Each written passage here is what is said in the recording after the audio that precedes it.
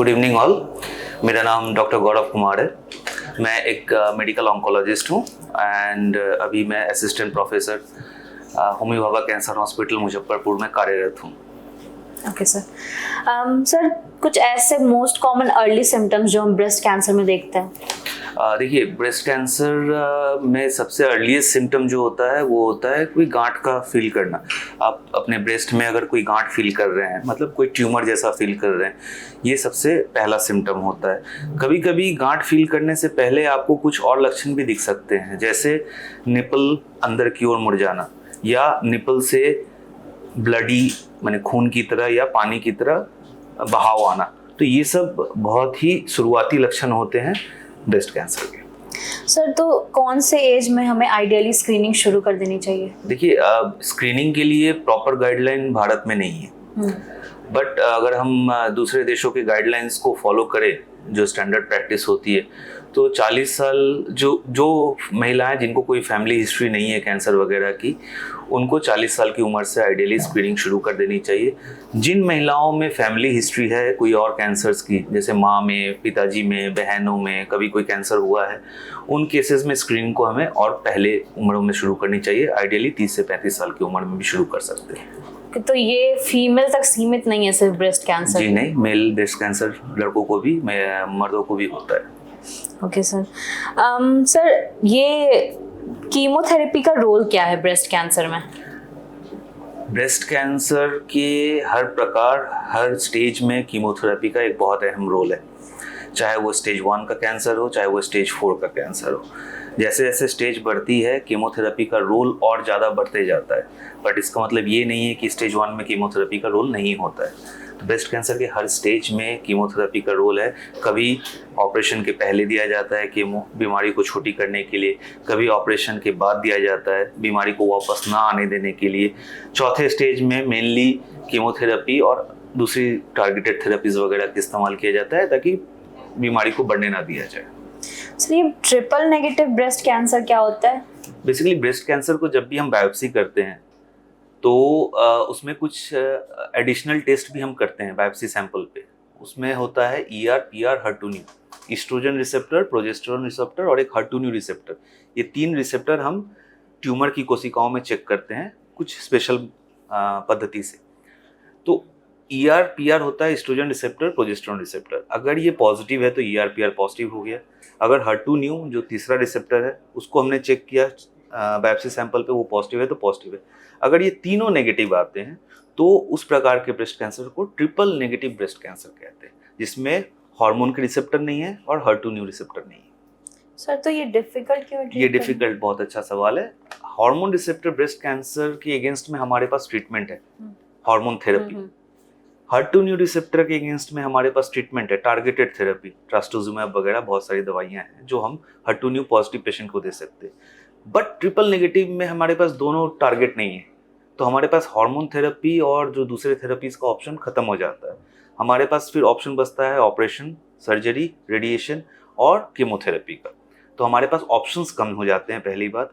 दूसरी बात है, जो भी कैंसर जो ट्रिपल नेगेटिव होते हैं वो बहुत एग्रेसिव होते हैं, कम उम्र में पाए जाते हैं। तो इसके कारण क्या है, वो जब हमारे पास पहुंचते हैं तो उसमें से अधिकांश लोगों की बीमारी इतनी बढ़ जाती है जो कि क्योर होने के स्टेज से बाहर निकल जाती है, क्योंकि वो बहुत तेजी से बढ़ने वाले ट्यूमर होते हैं जो ट्रिपल नेगेटिव होते हैं। तो उसको एडवांस स्टेज कह सकते हैं? उसको एडवांस स्टेज में जनरली प्रेजेंट होता है और उसके वापस आने की संभावनाएं भी बहुत ज़्यादा होती है। तो बिगेस्ट चैलेंज क्या देखते हैं सर आप drug access of affordability for patients in this region, Bihar में?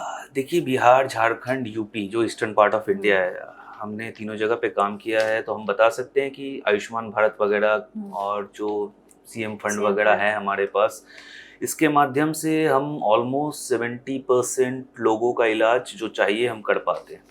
लेकिन फिर भी 20 से 30% लोग ऐसे रह जाते हैं जिनमें हमें कुछ ऐसी दवाइयाँ चाहिए जो कि इन सारे फंड के माध्यम से नहीं मिल पाती। वो बहुत महंगी दवाइयाँ होती है और कुछ 1-2 कंपनियाँ ही उसको बनाती हैं, इसलिए उसका प्राइस बहुत हाई होता है। तो हमारे जो अधिकांश पेशेंट हैं जिनको ये दवाइयों की ज़रूरत पड़ती है, सबको नहीं पड़ती बट अधिकांश लोगों को भी पड़ती है, उसमें हम उनको ये दवाई नहीं दे पाते क्योंकि उनके पास उतना फाइनेंशियल सपोर्ट नहीं है और ना सरकारी सपोर्ट उनको मदद कर पाएगी उस दवाइयों में। क्योंकि वो सब दवाइयाँ इतनी कॉस्टली होती हैं कि अगर आयुष्मान भारत का आप इस्तेमाल करेंगे तो आपके 1-2 साइकिल 3 साइकिल में वो सारी दवाइयों में 5 लाख रुपए खर्च हो जाएंगे, तो आप नहीं कर सकते। तो ये सब जो ज़्यादा दाम वाली मेडिसिन हैं वो अभी भी हमारे पेशेंट मैक्सिमम 90% 95% हमारे पेशेंट्स को अवेलेबल नहीं हो पाता। सर तो ये जो महंगी दवाइयाँ हैं वो क्या एडवांस स्टेज में ज़रूरत होती हैं मेनली? मैक्सिमम एडवांस स्टेज में, बट कुछ महंगी दवाइयाँ हैं जो अर्ली स्टेज में, जैसे आपका ट्रिपल नेगेटिव ब्रेस्ट कैंसर आपने बोला, उसमें इवन अर्ली स्टेज में भी, स्टेज 2-3 में भी इसको केमोथेरेपी के साथ, इम्यूनोथेरेपी जो होता है, महंगी दवाइयाँ होती हैं, उसको केमोथेरेपी के साथ ऑपरेशन के पहले दिया जाता है, ऑपरेशन के बाद भी दिया जाता है। इससे क्या होता है, रिस्पॉन्स रेट्स बढ़ जाते हैं, ठीक होने की संभावनाएं बढ़ जाती हैं। बट जैसा मैंने आपको कहा, ये दवाइयाँ बहुत कॉस्टली होती हैं। जो वो triple negative early breast cancer भी हैं, उनको वो दवाई नहीं मिल पाती, जिनमें शायद हम वो दवाई दे पाते तो उनका आउटकम और बेटर कर पाते।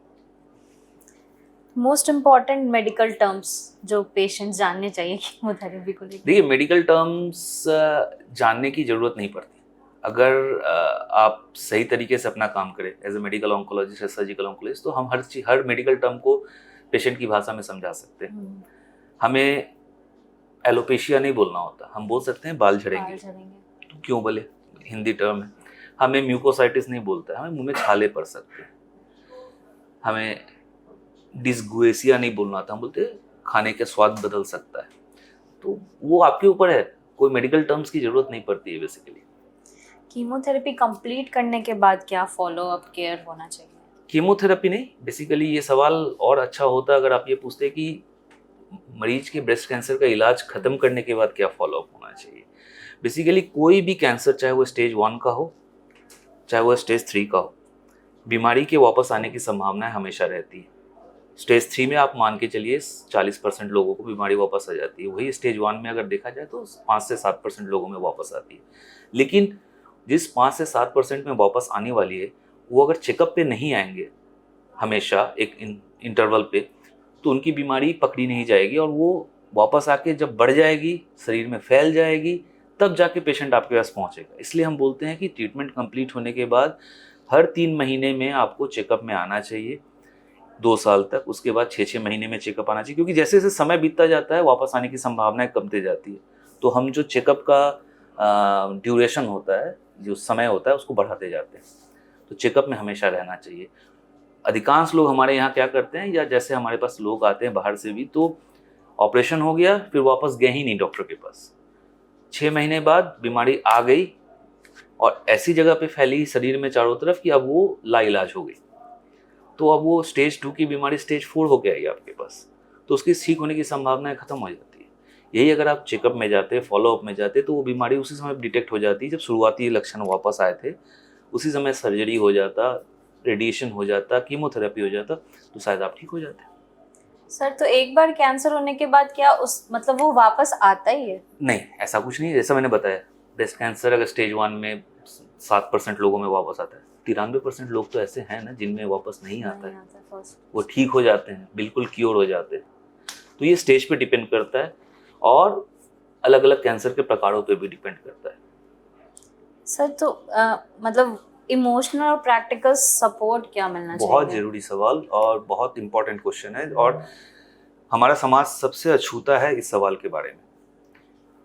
एज अ डॉक्टर मेरे पास शायद इतना समय नहीं हो पाता कि मैं मरीज के हर सवाल का जवाब दे पाऊँ या मरीज के हर इमोशनल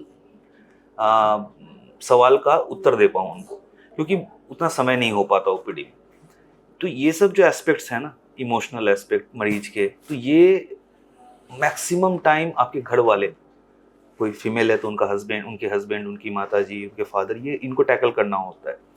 आपके माध्यम से मैं ये कहना चाहूँगा कि देखिए, सोच के देखिए, एक महिला को ब्रेस्ट कैंसर हुआ, उसकी ब्रेस्ट की सर्जरी हो गई, उसके ऊपर साइकोलॉजिकल प्रेशर क्या है, उसका बॉडी इमेज खराब हो गया है।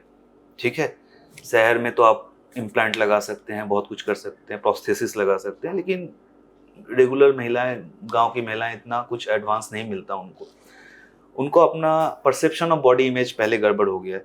समाज से वो दूर रहना चाहेंगी। सर पे बाल झड़े हुए हैं, ब्रेस्ट ऑपरेट होके हट गया है, वजन कम हो गया है, दुबले पतले थकान में दिख रहे हैं, तो ये सब उनको नॉर्मली समाज में जो घुलने मिलने का तरीका था उससे रोकता है। इसमें एज अ समाज, as a family member, as a society member हमारा काम होना चाहिए कि उनको इंगेज करें ताकि उनको अकेलापन न महसूस हो, पहली बात। दूसरी बात, वो जितना इंगेज होंगी अपने रेगुलर एक्टिविटीज़ में, उतना जो साइकोलॉजिकल डिप्रेशन है, डिप्रेशन आज से 5 साल 10 साल पहले कोई सोचता नहीं था। सब इलाज के बारे में सोचते थे, क्या आउटकम होगा ये सोचते थे। बट वो जो डिप्रेशन कंपोनेंट होता है ये एक्चुअली में बहुत ज़्यादा पाया जाता है। लोगों ने कभी सोचा नहीं इसके बारे में, अब सोच रहे हैं तो इनको दिख रहा है 80% 90% महिलाओं में सम कंपोनेंट ऑफ डिप्रेशन रहता है, किसी को माइल्ड, किसी को मॉडरेट, किसी को सीवियर। और ये मैक्सिमम टाइम मेनली हमारे सेटअप में, रूरल सेटअप में मिस करते हैं हम लोग। और इसका प्रभाव ट्रीटमेंट के बाद नहीं, उसके बाद भी रहता है।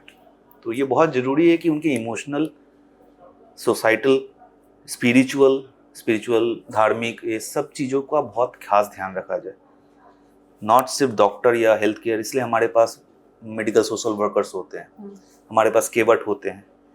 ये उनके इन एस्पेक्ट्स को समय देकर बाहर निकालते हैं और उसका समाधान ढूंढने की कोशिश करते हैं, जो एज ए डॉक्टर मैं शायद ना कर पाता हूँ। सर कोई और मैसेज इम्पोर्टेंट? बहुत ज़रूरी मैसेज है जो कि मैं रोज़ ओपीडी में देखता हूँ अपना। कृपया अगर गठान दिखे ब्रेस्ट में तो अल्टरनेटिव मेडिसिन्स, होम्योपैथी, आयुर्वेदिक के पीछे दौड़कर अपना समय व्यर्थ ना करें। कृपया बायोप्सी करा लें। बायोप्सी करने से कैंसर नहीं फैलता, पहली बात। बायोप्सी कराने से आपको पता चल जाएगा वो कैंसर है या नॉन कैंसरस है। अगर कैंसर है तो आपका इलाज शुरू हो जाएगा, नॉन कैंसरस है आपको जो करना है कर सकते हैं, कोई दिक्कत नहीं है। बट कैंसर को होम्योपैथी, एलोपैथी या किसी अन्य पद्धति के चक्कर में छोड़ के ना रखें, जो हमें सबसे ज़्यादा मिलता है। Thank you sir, thank you sir, thank you so much.